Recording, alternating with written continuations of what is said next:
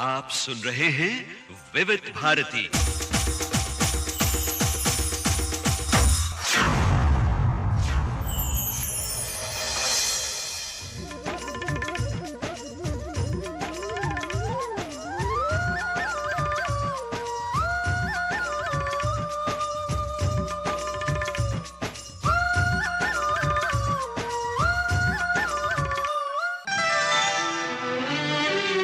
उजाले उनकी यादों की,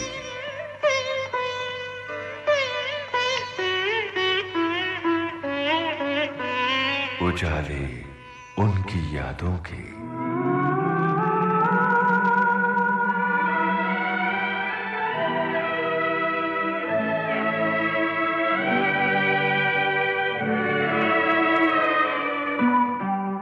योगी जी, इस कड़ी में एक बार फिर से आपका स्वागत कर रहा हूं और पिछली कड़ी में काफी दिलचस्प बातें हुई थी। अब आगे बढ़ते हैं। क्या मन्ना दा ने कुछ कहा था आपकी लेखनी के बारे में, गाने की रिकॉर्डिंग? मैं तो बड़ा शाई, मतलब ये वो हो रहा है, मैं सबसे छुप करके अलग। मुझे बाद में लास्ट तक फोटो के लिए चिल्लाते थे आर्टिस्ट, कहाँ खड़े हुए, इधर आओ भाई, इधर आओ। मुझे पता नहीं संकोच में, हाँ यहाँ वहाँ की फोटो खिंचाने आ गए हैं। ऐसा मीडिया से बहुत ही दूर रहा मैं शुरू से। मीडिया को क्या फर्क पड़ता है? अभी जैसे उस दिन मैंने आर्टिकल देखा तो किसी को याद आई होगी और किसी को लगा होगा, यहाँ पर आया तो बोला जैसे कि आपके गाने योगेश जी ऐसे आपने लिखे हैं। मुझे कभी नहीं, मुझे लगा कि मैं अब एक प्रोफेशन में आ गया हूँ और वो प्रोफेशन है मेरा गाना लिखना। तो मैं कभी, मुझे ऐसा कॉलर अप हुआ ही नहीं कभी, क्या यार गाना। अनजान मेरे बहुत करीब दोस्तों में रहे हैं बाद में। तो वो भी किस्सा आएगा कि आप और अनजान किस तरह से एक दूसरे की टीम बनाकर एक दूसरे के साथ काम करते थे। वापस वहीं पहुंचते हैं जहां सखी रॉबिन की पार्टी हो रही है, मतलब आपके मित्र सब जो हैं वो जश्न मना रहे हैं। तब मैं वहाँ झोपड़ी में नहीं रहता था, मैं दूसरी झोपड़ी में रहता। मतलब ठिकाने बदल गए थे। ओशीवारा ब्रिज जो है उसके पीछे जहाँ पेट्रोल पंप है, वहाँ पर हम आ गए थे जी। और वो सरदार जी वहाँ पे बहुत परेशान थे। सरदारों से उन्होंने भैया लोगों को रखना है और ऐसा है वैसा है। तो यहाँ पर लाइट थी और कॉमन नल था और अपना पूरा पंजाबी माहौल, मतलब तंदूर लगता था। सब अपने घर से आटा लेकर के, और पता लगा रोटियां, हमने भी आटा गूंदा तो ले गए, भाभी जरा बना देना, तो फिर वो बना दिया। वो जो साझा चूल्हा की जो परंपरा होती है कि एक चूल्हा है और सभी लोग, सब लोग। जी। तो फिर वहाँ गुलशन बाबरा भी वहीं रहते थे। हाँ, मुझे अंदाजा है क्योंकि धर्मेंद्र भी उन दिनों में उसी इलाके में धर्मेंद्र तो रहते थे। धर्मेंद्र हमको थर्ड क्लास में मिलते थे। वो रहते थे वर्सोवा में कहीं पर। और एक्चुअली ये अपना बांद्रा में एक लेडी क्रिश्चियन जो थी ना, वहाँ पे भी कुछ दिन रहे धर्मेंद्र जी। अच्छा। हाँ, लेकिन ये स्ट्रगलर्स का एक बिल्कुल फोकस वाला इलाका हुआ करता था जहाँ एडिटर थे, एक बहुत बड़े एजेंट थे स्वर्ण सिंह करके, तो था, फिल्मी एटमॉस्फेयर था। एक इंदिरा बिल्ली करके बहुत पहले, जब तो नाम भी लोगों को नहीं मालूम होगा, वो छोटी छोटी फिल्मों में हीरोइन हुआ करती थी और उनके साथ हीरो होते थे दलजीत करके एक होते थे, जिनका बेटा जो है वो बाद में हीरो नहीं बन पाया। लास्ट में मैंने उसको शायद लास्ट फिल्म में अर्जुन में देखा था। अच्छा। जिसमें ये अपना सनी, वो सबसे प्यारा जो चाइल्ड स्टार था वो ही था। अच्छा। वो जिसके ऊपर गाना है 1000 में मेरी बहना है, वो लड़का। ओके। हाँ जी। तब वो इंदिरा बिल्ली इन सब का, तो पूरा वहाँ पे फिल्म का एक एटमॉस्फेयर था। सखी रॉबिन से क्या फायदा मिला आपके करियर? सखी रॉबिन से ये फायदा मिला कि रॉबिन बनर्जी को कुछ 8-9 फिल्में मिल गई और वो थोड़ा सा कॉलर अप हो गया उनका, और सारा क्रेडिट, वो सारी फिल्में ऐसी थी, flying circus, Marvel man, adventure of robin, adventure में तो बहुत बड़ी पिक्चर थी। अच्छा, वो तो जीएस कोहली वाली है। उसमें नहीं चाहिए, बिल्कुल। उसमें रॉबिन बनर्जी ने रॉकेट टार्जन जी बिल्कुल। तो ये जो फिल्में मिल रही थी, वो दौर खत्म हो गया था जबकि स्त्री के कपड़े ले आओ और किराना ले आओ वाला। हमने एक बार उनको बोल दिया था रॉबिन जी को। क्या हो गया कि हमारी एक सीटिंग चल रही थी, मैं जब मनोज कुमार, लेखराज भाकरी जी के भांजे थे शायद, उनके पैरों पे ऐसे कारपेट होता था उनके ऑफिस में और कुर्सियां होती थी, तो लेखराज जी एक कुर्सी पे बैठे, कुलदीप उनके दोस्त थे कुलदीप जी, दोनों ऐसे वहाँ बैठे, फेमस प्रोड्यूसर, और उनके बगल में ये माला सिन्हा जी बैठी, और उसके बगल में कैफी आजमी साहब, और उसके बगल में गुलाम मोहम्मद, और उसके बगल में रॉबिन बनर्जी, और फिर मैं। पूरा स्पेक्ट्रम में इतने दिग्गज लोग बैठे हैं और फिर सबसे जूनियर लोग। और उसमें मनोज कुमार जो हैं वो लिखराज जी के पैर के पास यूं बैठे हुए हैं। ओहो। तो रॉबिन बनर्जी ने मुझसे बोला, योगेश जरा एक गिलास पानी ले यार बाहर से। पहली बार मैंने बोला कि यार ये तो कुछ एटिकेट नहीं है। बिल्कुल बिल्कुल, ये तो जुल्म है। तो हम सीधे निकले और अपने घर चले आए। तो एक दिन गया, 2 दिन गया, चौथे दिन रॉबिन जी आए, तू कहाँ चला गया? मैंने बोला मैं पानी पिलाता हूँ क्या? मैं आपकी रिस्पेक्ट करता हूँ, आप जहाँ जाते हैं चलिए ठीक है, हमेशा मैं साथ में रहता हूँ आपके रॉबिन जी। वो ठीक है कि भाई कभी कुछ हुआ एज ए फ्रेंड, मगर अब इतने लोग बैठे हुए हैं उसमें आप अगर मुझे बोलेंगे कि पानी आप मैं पिलाऊँ आपको, मैं वो काम मैं नहीं करूँगा। नहीं सॉरी, ऐसा हो गया, वैसा हो गया, ये हो गया। तब तक धीरे धीरे हमारा उनका एक फिल्म थी जिसमें एक गाना गाया था महेंद्र कपूर और कमल बारोट ने, कुछ बोल नहीं थे खास, दिल मेरा दीवाना होने चला निशाना, पता नहीं ऐसे ही, और एक ही गाना था मेरा जी। और एक शमशीर करके डायरेक्टर होते थे, वो यहाँ रहते थे इरला में, एस शमशीर, वो बाल नोच लेते थे। साहिर के बाद कोई है अगर टक्कर का साहिर का तो मैं हूँ, नोचो बाल भाई। तो मैं ऐसे ही, ये लोग पी पा रहे थे, वो तो शायद नहीं पीते थे, तो मुझसे बोलने लगे। मैंने बोला कि आपको एक बात मालूम नहीं है शमशीर भाई, आप कितना भी अच्छा लिखो, कंपोजिशन अच्छा नहीं हो ना, ये मैंने देखा है। और इसलिए पहले तो मैं इस बात से परेशान होता था कि लिखा हुआ गाना क्यों नहीं आदमी कंपोज करता है, मगर बाद में मुझे लगा कि नहीं, अगर मेलोडी पहले अप्रूव्ड हो गई है और मेलोडी हिट है तो आपके मामूली बोल भी हिट हैं। जी बिल्कुल बिल्कुल, मुझे बहुत ईजी और बहुत अच्छा लगता है। तो खैर वो खिटफिट जो भी हुई तो मैंने बोला आपने पिक्चर में सारे गाने लिखे हैं ना, और एक गाना है मेरा जो कमल बारोट और महेंद्र कपूर ने गाया है, आप देख लेना कौन सा गाना बजता है। तो पता लगा सिर्फ वही गाना बजा, बाकी कोई गाना उनका नहीं बजा। ये किस फिल्म की बात कर रहे हैं हम लोग? पता नहीं, उस ऐसे ही फिल्में थी, तो नाम भी रॉकेट टार्जन मुझे याद नहीं था, अभी आपने बोला तो याद है। मुझे मार्वल मैन याद आता है क्योंकि मुबारक बेगम का गाना वो काफी बजा था उस टाइम पे। उसकी बोल याद है? आंखों आंखों में हर एक रात गुजर जाती है, तुम नहीं आते हो तो याद भी क्यों आती है ना, रात भी क्यों आती है। हाँ शायद जी। ये गाना काफी हिट है, मतलब शमशाद बेगम के चाहने वालों के लिए बहुत महत्वपूर्ण गाना है। उजाली उनकी यादों की, इस कार्यक्रम में गीतकार योगेश। आपको ऐसा लग रहा था कि ये जो स्टंट फिल्में आ रही हैं और इनके धीरे धीरे गाने हिट होते चले जा रहे हैं, तो कहीं ना कहीं एक सफर जो है वो पक्का होता चला जा रहा है, कुछ एहसास था इस तरह का? नहीं, मुझे एक ही खाली खुशी थी, पैसा तो उतना नहीं मिलता था, और पैसा भी मतलब जहाँ से मैं बताऊंगा आपको, अनजान की एंट्री हुई और गुलजार भी आते थे। रॉबिन बनर्जी उन दिनों सुरंग में रहते थे, सुरंग सांता क्रूज में नया बना था रेस्टोरेंट, और फिल्म के लोग मोस्टली वहाँ पर रहते थे। और अनजान के जो भाई थे गोपाल पांडे, वो इंडस्ट्री में पीआरओ में से सबसे ज़्यादा मतलब वो थे। पहले तो फोटो छपाते थे वो, और गोपाल श्रीवास्तव स्क्रीन में फ़ोटो ले गए, प्रोड्यूसर ने भेजा, पहले ये काम करते थे, मगर ये इन्होंने अपनी अप्रोच बना ली गोपाल ने। तो धर्मेंद्र जी, आशा पारेख, शर्मिला टैगोर, उस टाइम के दौर के जितने बड़े एक्टर थे वो सब के पीआरओ वही होते थे, गोपाल जी।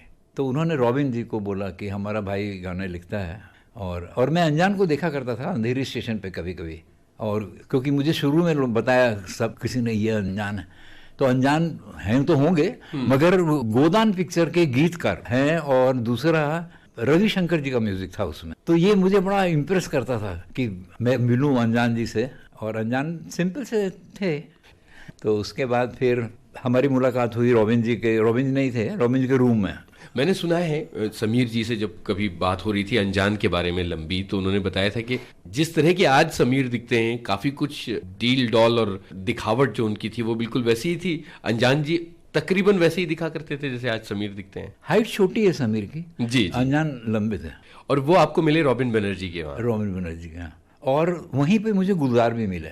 गुलजार ने मुझे बोला उस वक्त कि वो बहुत टैलेंटेड म्यूजिक डायरेक्टर है, कुछ मिल के काम करते हैं।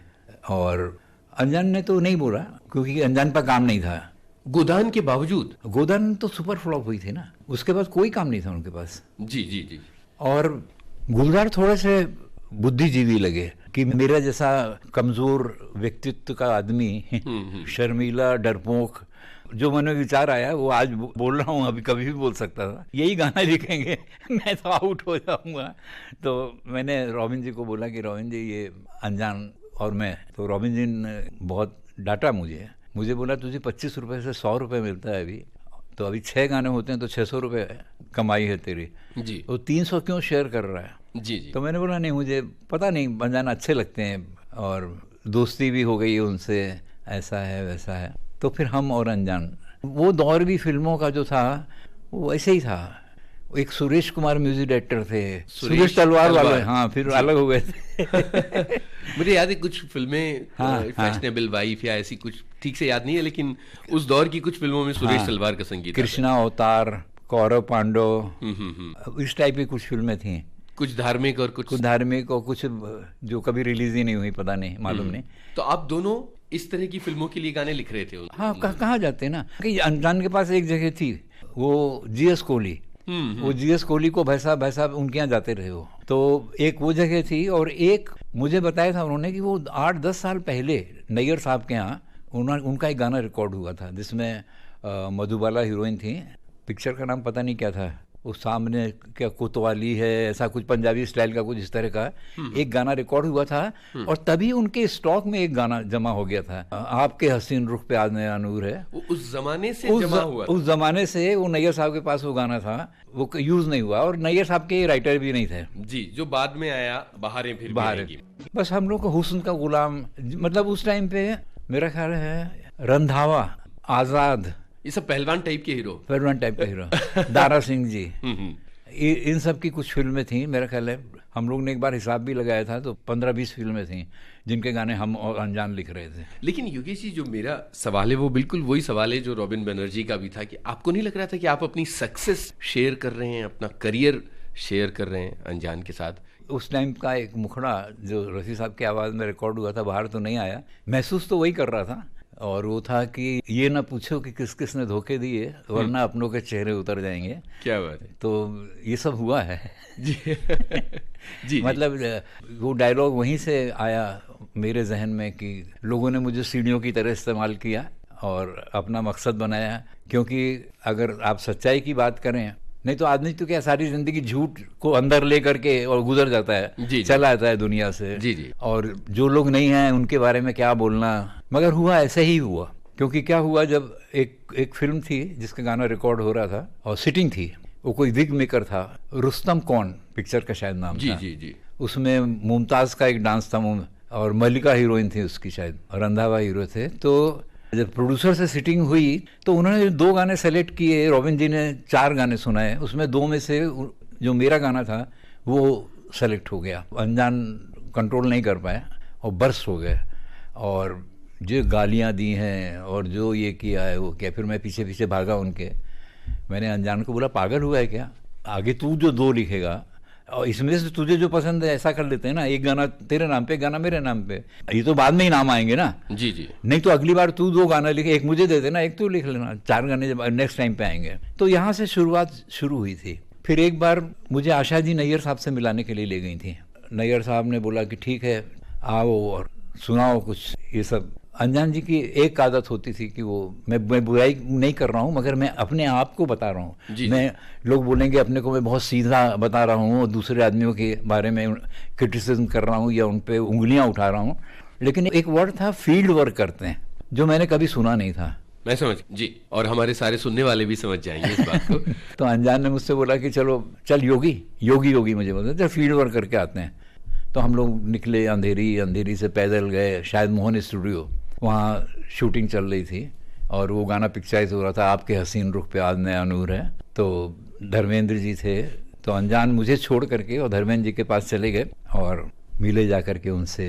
गोपाल तो भाई थे ही उनके, तो सवाल ही नहीं था। वो सब मिला करके फिर हम लोग वहाँ से पैदल निकल करके आए। फिर कभी बोल दिया चल फील्ड वर्क करते हैं। तो मैं गोरेगांव में ही रहता था, फिल्मिस्तान के पास तब आ गया था। फिर मनोज कुमार जी की कोई शूटिंग चल रही थी फिल्मिस्तान में, तो हमको लेके अंदर गए और अंदर जा कर के वो मनोज से बात करते करते चले गए अंदर उसके मेकअप रूम में। हम खड़े रहे, शूटिंग में भीड़ भाड़ थी। फिर प्रोडक्शन का आदमी, ए निकलो निकलो बाहर निकलो, क्या भीड़ लगा रखी है यहाँ पे करके उसने निकाल दिया हमको। तो हम सामने जा कर के खड़े हो गए, ईरानी होटल था पहले उस टाइम पे, फिल्मिस्तान के सामने एक ईरानी होटल था, वहाँ खड़े रहे तो देखा कि मनोज की गाड़ी में बैठ के साथ में अनजान निकल गए। ओ हाँ, फिर एक दिन बोला कि चल योगी आज नैयर साहब के यहाँ चलते हैं। तो हम गए नैयर साहब के यहाँ। तो ये तो 12 साल पहले भी जाते थे, जाते रहे होंगे, जो भी मुझे आशा जी ने मिलाया था, और मैं खाली एक ही बार गया था उनके यहाँ। तो जब हम जाने लगे तो ये अंदर चले गए फेमस महालक्ष्मी ऑफिस में। जी। और हम पीछे जाने लगे तो पियून ने हमको रोक दिया, किधर जा रहे हैं? मैंने बोला नैयर साहब से। क्या नैयर साहब से? टाइम लिया है क्या? मैंने बोला नहीं, वो बोला है हम साथ आए हैं। बोला ठीक है बैठो। तो स्टूल था उस पर हम वो बैठ गए, वो अपने चाय पीता रहा। चाय वाय पीने के बाद हम बैठे रहे, अनजान देखने भी नहीं आए। फिर वो गया अंदर जाके बोला, नैयर साहब ने बोला कि वो थोड़ा बिजी है, अब फिर आना। तो हम वहाँ से रोते हुए आशा जी के पास गए थे महालक्ष्मी, और आशा जी गाड़ी लेकर के आई थी फेमस में, और नैयर साहब अरे बेटा तू था, ऐसे करके गाल पे हाथ फेरा, बात खत्म हो गई, कल आ जाना। फिर हम गए तो फिर उन्होंने सुनाओ कुछ, तो हमने वही गाना सुनाया था, 100 बार बनाकर मालिक, वो मेरा लिखा हुआ गाना था। ओहो क्या बात है। और उन्होंने बोला कि नहीं, मुखड़ा यहाँ से नहीं योगेश शुरू होता है, मुखड़ा शुरू होता है जुल्फें काली करने को बदली को जलाया होगा। तो मुझे लगा कि ये तो गाने का सत्यानाश हो जाएगा, ऐसा लगा मुझे। तो मैंने हाँ नहीं साहब, मैं वैसा करके फिर मैं आता हूँ चेंज करके बदल के, और मैं सीधा आया। तो उन दिनों उषा जी बहुत फिल्में कर रही थी, कोई भी फिल्म साइन करो गाना रिकॉर्ड करो। तो हमने उनको बताया उषा जी को, नैयर साहब के गए थे ये गाना, उन्होंने बोला कल रिकॉर्ड कर लेते हैं इस गाने को। रफ़ी साहब से टाइम लिया और फेमस में गाना रिकॉर्ड हो गया। एक रात फिल्म का ये गाना, एक रात फिल्म का। और रिकॉर्डिंग में सर्दी के दिन थे, मेरे पास कोट नहीं था पहनने का, अनजान का कोट मैं पहने हूँ, अनजान अपना कोट पहने, मैं और अनजान, उषा जी और रफ़ी साहब, वो फोटो है मेरे पास। क्या बात। उजाले उनकी यादों के इस कार्यक्रम में गीतकार योगेश जी, इस दौरान ना जीएस कोहली का नाम आया। मैं उस सूत्र को लेके थोड़ा आगे बढ़ना चाहता हूँ। वो आपके करियर के लगभग शुरुआती दौर का एक बहुत महत्वपूर्ण गाना है, the adventure of robin hood film का, माना मेरे हंसी। इसके बारे में कुछ। अनजान अपने साथ मुझे जीएस कोहली के पास लेके जाते थे, और वो भैसा बोलते थे, तो हम भी भैसा बोलने लगे।